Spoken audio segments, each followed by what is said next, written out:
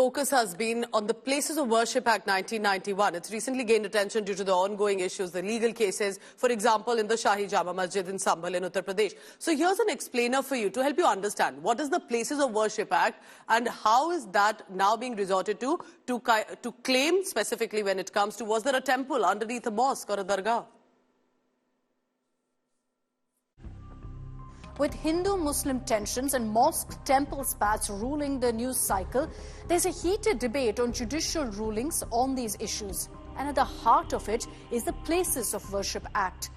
The Places of Worship Special Provisions Act 1991 was enacted, yes, in 1991, at the peak of the Ram Mandir agitation, and essentially states that the religious character of any place of worship as it existed on August 15, 1947 must be maintained.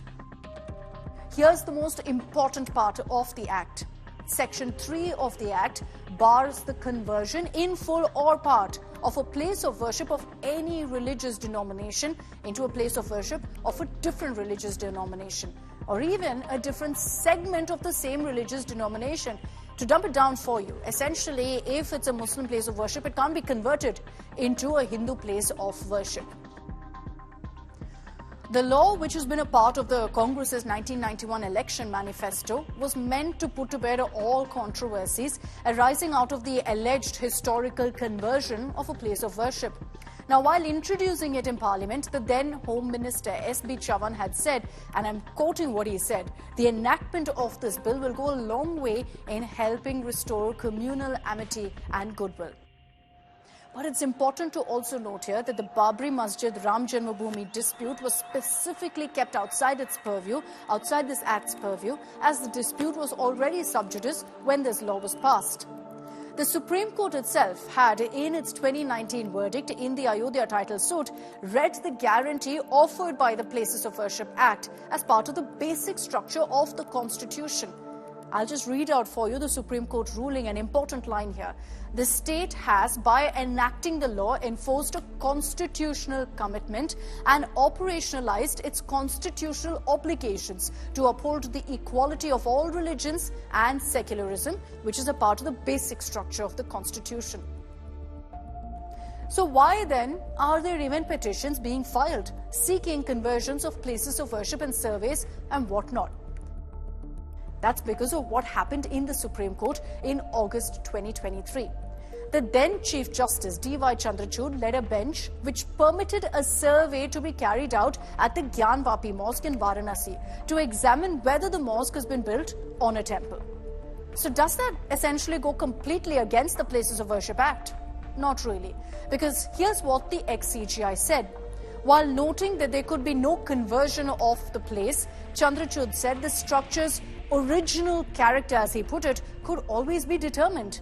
This essentially means that an inquiry into what the nature of the place of worship was on August 15, 1947 can be allowed, even if that nature can't be subsequently changed because of the Act. But then, it wasn't just Gyanvapi.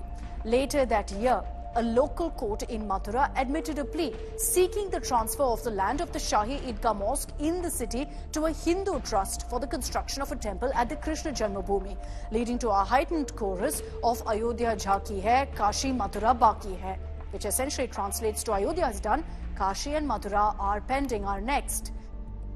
So while the title suits or suits essentially claiming access or the right to worship in Varanasi and Mathura continue, there's also, interestingly, a constitutional challenge to the Places of Worship Act 1991 that's pending before the Supreme Court.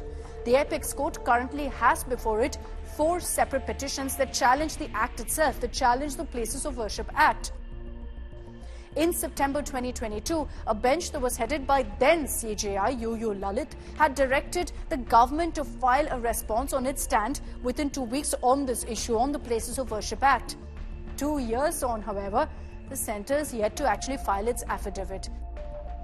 So even as the Union Government and Apex Court are taking their time on this issue, several pleas have been filed before high courts, before local courts, seeking surveys of mosques, not to change the place of worship, but to determine what exactly stood there before.